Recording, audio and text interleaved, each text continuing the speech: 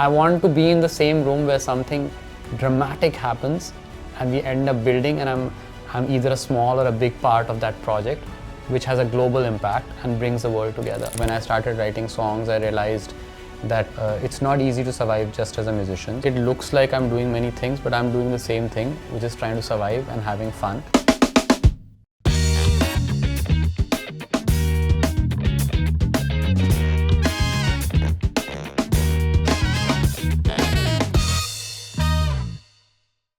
Hey, welcome to Tell Us Like It Is. Today we are delighted to have with us, firstly, a friend, a musician, a storyteller, and I think most importantly, a quiet observer. Looking forward to the conversation with ANKUR TEWARI. Hey Ankur, thanks so much, man. I'm very excited to meet you like this, and also great opportunity for me to discover you. So why would I give up on this? Ask the right questions and I'll answer them as well. But I am determined to find out more about you, not just for my sake and my curiosity, but all the guys who kind of lock into our show, because we all know of ANKUR TEWARI, you know, the musician, the filmmaker, the storyteller, like I said. But we also want to get to know who the guy is, who the suspect is.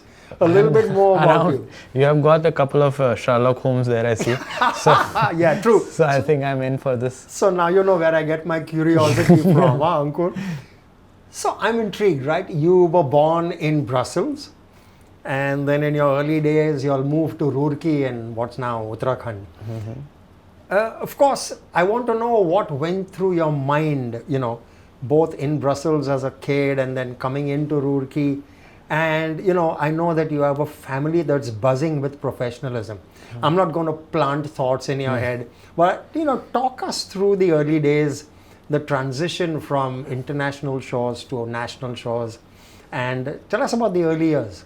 Early years, I would say like Brussels, definitely I don't have much memory from there. I was 0 to 3, I was there. So not much. It's pretty much me being there meant that when I came back into Roorkee, my father's a professor. He was teaching in the IIT Roorkee, which was University of Roorkee at that time.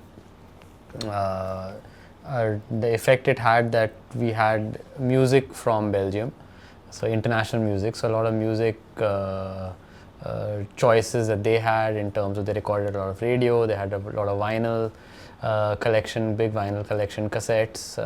So all of that music was a big part of my childhood. Growing up in the campus was almost, I would say, like a Enid Blyton kind of life. It was quite nice and cushy. Inside the campus, right outside the campus, the life was not so cushy. So little brushes of life outside the campus, and you know, meeting with so many students who were there to study. Just growing up in a very beautiful place. It's a beautiful campus if you ever get a chance to go there. And kind of being brought up with a scientific temperament because my parents were both teachers, and their friends were all teachers or professors in the university. The students who were there were all like studying science and had a very progressive kind of mindset. So it was, I feel, quite an ideal childhood. Usually they kind of put that, like, you know, writers have to go through trauma to write. Like I unfortunately probably had a non-traumatic childhood. Don't sound regretful, dude. It was quite a nice, beautiful childhood that I led in the campus, and the memories are all like, as I said, like Enid Blytonish. Oh, that's nice to hear. Your mother is a theatre enthusiast as well, right? Yeah, so she grew up in Delhi and she was doing theatre in Delhi, and then after she got married, they were there in Belgium for 5 years, and then they moved back to, my father was doing his PhD there. Right. And when they moved back to Roorkee, like, you know, like probably I'm imagining a city girl having a mind which is more active and like is buzzing with energy. So she started directing plays with the students there in the Dramatic Society in Roorkee. And for me, that was quite inspiring to see readings happening in the house and the students making sets, costumes, designing the plays and executing the plays. I was kind of jealous to see them on stage. I wanted to be on stage there. Just loved that life of that backstage chaos and this calmness. With the calmness, they're presenting these theater productions which had music in it, which had performances in it, and just like it fascinated me, the whole process, and like that kind of a family that gets formed with each production. Yeah. You associate each of the people with a character, and then a few months later they're playing a different character, and a different family gets formed, and just the rush of putting a production together was very exciting for me. Must be a great experience, because from what I hear and understand, it's a fair mix of the arts and creativity around it, coupled with creativity and academics, So, you had all of that, slash dad and his pursuits, and mom and her pursuits and passion points. You also went into the foodie business. I mean, you wore a chef's hat from what I understand, in the early days at the Taj. And then, of course, from chef's hat to musician's hat. Any story on that transition and, I mean, how like, it happened? if you read it in retrospect, feels as if it was very calculated and designed. But essentially, I went into the hospitality industry mainly because I didn't want to do engineering. There is a rebel in me who tries to, and there was more a rebel of me when I was younger, tried to do something like not the prescribed route. So growing up in the 80s, the idea was either you become engineer or a doctor or you join the army. I wanted to do something different, and my parents always encouraged us to think out of the box. And in fact, I think it was my father who noticed an advertisement in the front page of the newspaper, which was of a hotel management institute, and he said, "Why don't you try this?" And growing up in a small town, there were lots of load sheddings, and so I thought it would be great to work in a place where there's AC all the time, and not like it wouldn't be hard. It would be a nice, cushy place to work. You were fascinated by the idea of 5 stars. I'd been to a 5-star once in my life before, and it looked really fancy and grand. Little did I know that it's not as fancy and cushy. Hospitality is probably exactly the opposite for the people who are behind the desk. But I think very soon entering into that zone, I realized that I prefer the other side of the desk. Was there a moment when that shift happened, or was it gradual? I mean, yeah, I think the moment, if I think about it, happened during my industrial training in Taj Mansingh, and critically at the dishwashing machine where I spent 2 days washing dishes. So I think it was a time when I was thinking, what the hell am I doing? So it was industrial training was really hard, as it should be, for people to just get a taste of what's going to be the rest of their lives. It's like I really admire people in the hospitality industry because they really work hard, especially in India. When you travel outside India, you see their hospitality doesn't match up to what our hospitality is in the subcontinent. And a lot of my friends are still in the hospitality industry, and they really dedicate their lives into making other people's lives beautiful, comfortable, giving them memories. And I think it's a hard line. And just like like when everyone's celebrating, they are working. So whether it's like Christmas, New Year's, they are working while everyone's like having a great time. I remember the banquets were a hard life, where you were waiting for the party to get over, then you have to clean up the whole mess, then you have to set up for the next day, and then you leave. So it's hard, and there are these break shifts. Pretty much your life is spent within the confines of the hotel, and it's very hard. So yeah, so for me, I think the dishwashing machine was the turning point. Cleaned a lot of thoughts in my head and brought me a lot of clarity. Well said. Yeah. Well said. Never thought of it that way, but good one. You make it sound smooth. You're smiling as you always do. You have a happy, kind of facade. I did something similar where I went from prescribed corporate life back then to kind of endeavoring towards an area of professionalism that people didn't recognize. In fact, you'd often get that question thrown at you, like, what, couldn't do anything else, that you decided to do what you're doing, with me in the experiential space.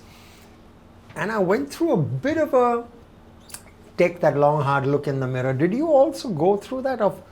So let me just put a thought in your head. Was there ever a time when you said to yourself, I'm getting away from a prescribed format? You spoke about the machine that prompted you to change the way you think or the career you choose. But that's the one bit of you. The other bit of you is wondering whether you'd be able to put the food on the table, blah, blah, blah.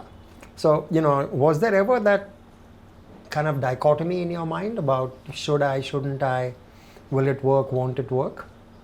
I mean, I can pretend that I had, but actually didn't. But because I feel like coming from a small town, you're a bit of a naive person. I believed in happy endings. I believed in like things work out. There was a sense of optimism you come with. Like even now I don't know what I'm doing. Like you just go with the flow and you feel it works out, and in my experience it does end up working out in some way or the other, as long as you are not fixated of like this is what I want. You kind of know a random direction that kind of gives you happiness, and then you flow in that direction and things come to you. Probably not exactly how you have imagined, maybe a little different. But if you're open for adventures, they do find you. So it is, I would say in a way, I've never in my life, like I've gone through physical tough times, economically, there have been stressful moments in your life, but it's never been that you want to do something else. Like it's always given me happiness what I've done. Like even in school, actually, I was writing songs and then in college, I was like, when I was doing hotel management, I was spending most of the time in the cafeteria, and then I had a weekend gig at a restaurant where I would sing, and that gave me a lot of happiness. Like, even though they were, if you think about it now, it can look like you were struggling. Yeah. Like, you were singing in a wedding, some Hindi film songs or some English songs, but I was quite ignorant to the fact that it could be demeaning, or it was hard. I was really happy singing, and even now when I sing, usually I take a while before I can even open my eyes, because when you shut your eyes, you are, probably you're singing in Wembley, and you cut to actually in reality you are somewhere else. I've actually never thought about it. I'm resonating deeply with how you think, because I think it's living in the moment as well that is very important. And they say, sounds cliched, but it's so true that if you really indulge yourself in happiness or in passion points, the universe kind of conspires to give you what you need, be it sustainability, professionally, financially, or whatever else. Like you said earlier, things seem to fall into place. But that's an interesting journey from, conformism to actually nursing the real you, the real Ankur Tewari, and finding your feet in areas that you're comfortable with or happy with. Speaking of which, you've got a ton of areas that you look at, right, on your professional side. There's film, there's music, there's Tiger Baby Records, and there is Kommune. So I want you to kind of just tell us about this journey and what you indulge in. So like as I said, like it looks like I'm doing many things, but I'm doing the same thing, which is trying to survive and having fun. So it's the insecurity of a songwriter in a way. Like when I started writing songs, I realized that probably it's not easy to survive just as a musician. So just to survive, I started doing other things. One option was to do things that are conventional, or other things were do something in the realm which is similar to songwriting. So I started writing films, I started writing projects, I started working in films because I thought it's the same kind of creativity which kind of resonated with my initial thrill of what I got from theatre.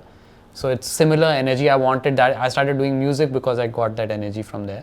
So I started working in films because that also gave me similar kind of energy. So I started as a production assistant to music director sometimes lyricist, whatever was paying the rent, So you ended up doing many things.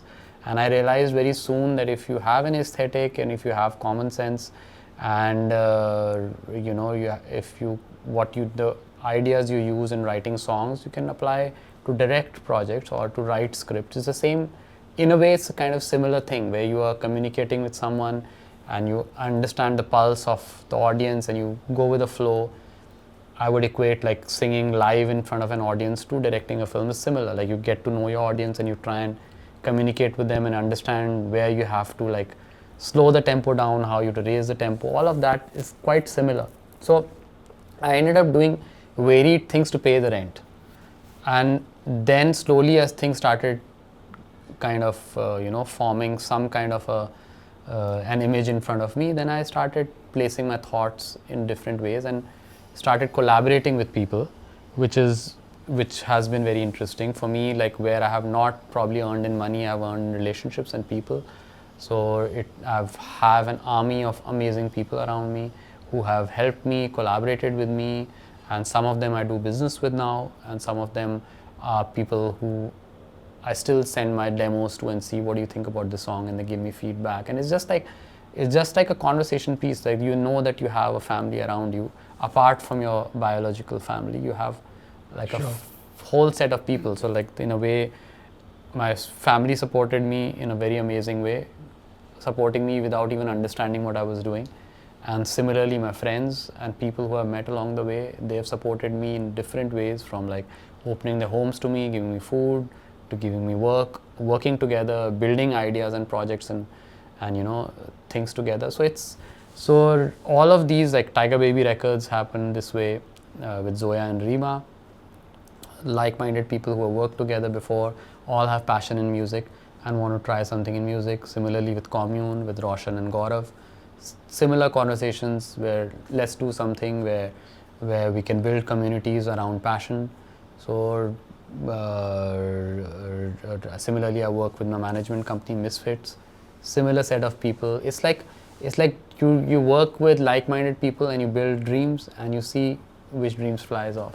You make it sound so easy or disgusting, man. It's not easy at all, actually. Yeah, I wouldn't say it's easy at all. It's just like you would say that it all takes a lot of effort and time, but the effort doesn't feel like effort if you like it, if you enjoy it. Like, but yeah, there are sleepless nights. There are times when your balance sheet doesn't look good. Yeah. There are times when the market is not doing well. I've heard this statement forever. In all markets, it's never well. I don't know when it was well. But as I said, like if you're hanging with the same set of people, it's like, again, I would equate it to the theater company. You're working together, you're trying to put a play together, and then sometimes you are selling tickets at the box office, sometimes you're not selling tickets at the box office, but the thrill of putting a project together itself kind of pays the rent, emotional rent at least. I'm going to ask you a question that I often face as a dichotomy. There's the one side of me that is the creative person, whether it's music or, whatever else in the art space. And there's the other side of me, which is entrepreneurial in nature, which is nursing a P&L around what you're passionate about. Do you find pulls and pushes between the two? Do you sometimes feel that you have to compromise creativity for the sake of the P&L or vice versa? So I would say like I have very hard lines about what I will do and I'll not do. I have given up a lot of work and a lot of money for that. But yes, to answer your question, definitely there's a push and pull. Like I remember when we were in the growing up in the university, once my father's friend had said like, calculus is like life. So I loved that thing, like, a lot of people would hate mathematics, a lot of people would hate physics. But if you just see it from a different point of view and you enjoy it, you can like that as well. So I see all the P&Ls and business side of things also like subjects that I probably don't like. I prefer certain subjects, I don't prefer subjects, but the way to handle even the subjects that you don't like is to bring in creativity in that. There's a creativity in making budgets. There's a creativity in executing budgets. I feel like, in films they say there are no flop films, are only flop budgets. So it's like if you're having fun in creating, playing with the numbers, I'm sure like there's so many people who have banking jobs and like who are into investing money and all of, they play with money, they have fun with it. So it's like if you can have fun in the PNL side of it, and if you can have fun with the people who have fun with it. So if you don't know how to do it, then you get to collaborate with people who are going to do it with you. So well said, Ankur, because very often we mistake creativity, and kind of, think it's only manifest itself in designs or in thoughts and things like that. But you hit the nail on the head when you said you can get creative about just about anything around you, around people around you, around the PNL. You can get creativity is a generic term where you start to think clever, think smart, marry opportunity, with who you are. And that itself is creativity, however it manifests itself. Really, really pertinent point. I want to kind of ask you if there are any highlights that taught you stuff or achievements that really gave you, the reason to quietly or otherwise chest thump. I know I feel it sometimes when it may be a quiet achievement, it may be a not so quiet achievement. But tell us about these moments, whether it's music that you created and a song that really put smile on heart, or a project that you did and it's really kind of, taking you to another level from a happiness quotient. I feel there have been a bunch of achievements in terms of like being included in conversations, included among people who have achieved a lot of success in life, awards, write-ups, bunch of them. And I feel every time you feel very happy, like your album you release and the numbers do very well, everyone loves you, you feel good. You're on the cover of a magazine, you feel good. You get an award for something that you have done, you feel good. But I feel more than those achievements there, I feel it's also, for me, something that makes the people who have helped you get here feel proud. Especially my parents, like when I said like how they supported me when they didn't even understand what they were doing. We come from a family of academics, and then they are trying to understand what is this guy doing writing songs. Like they're always concerned for you, they're worried for you. So I feel like these achievements for me are also for the whole family, the people who've supported you, your friends, your parents, your siblings, everyone, because everyone celebrates it. Like all my awards that I get, I send back to my family because they deserve to keep it on their shelves more than me. I'm still fighting the journey and I'm still on my journey because they have fought for me selflessly, answering questions from relatives, from neighbors or other people. So people have tried to be, like they ask you questions that my parents and my family and my friends, they didn't have answers for. And they still kind of defended me at that time without even having solid answers. So I feel like all these achievements are for all of us to just say, okay, fine. We were not defending this action just for nothing. So I feel like they are important and they have been a bunch of them. But for me, it is important to keep trying to see if I can get more. Because then with each step you can affirm yourself and you can affirm, you can give enough material for your family to support you, and you say, okay, we were not wrong. So we've spoken about the professional side of Ankur Tewari. I also know and I really appreciate the fact that I'd like to believe I do a bit of that as well, is to nurse your personal side, your passionate side, which might not be directly related to your professional side. Now I know that you're a writer, we've spoken about it. I also know, and I want you to dwell on it, that you live life to its fullest. What do I mean? I did mention at the top that you're a chai romantic. And I know there's a world around it, and I'd like you to dwell on that. You're a cricket enthusiast. As a player, not just as a follower, maybe even a sports follower. And very importantly, you love animals. So tell us about your personal passions and how you fuel it. So personally, it's quite fortunately, I'm in a profession where it's kind of linked to your professional life as well.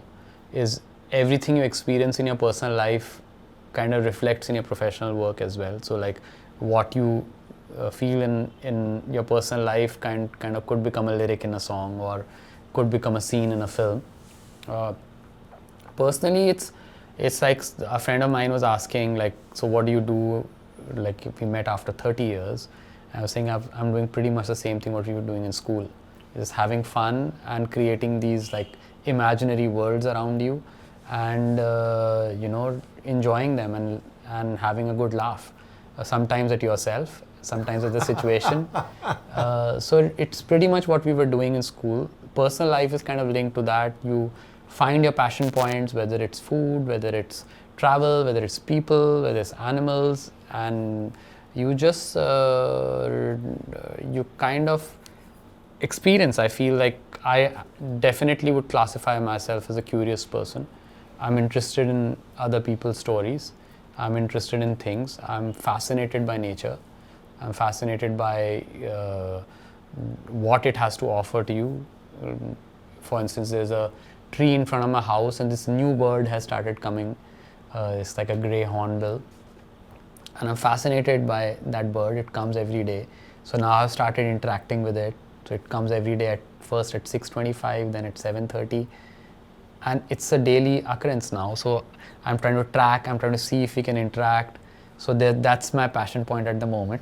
And so you just find things and you kind of trip on them, if that's the right word. We need to spend more time together, dude. We need to spend more. I love where you're going. I love where you are. I mean, and speaking about where you're going, you know, I'd like to really understand.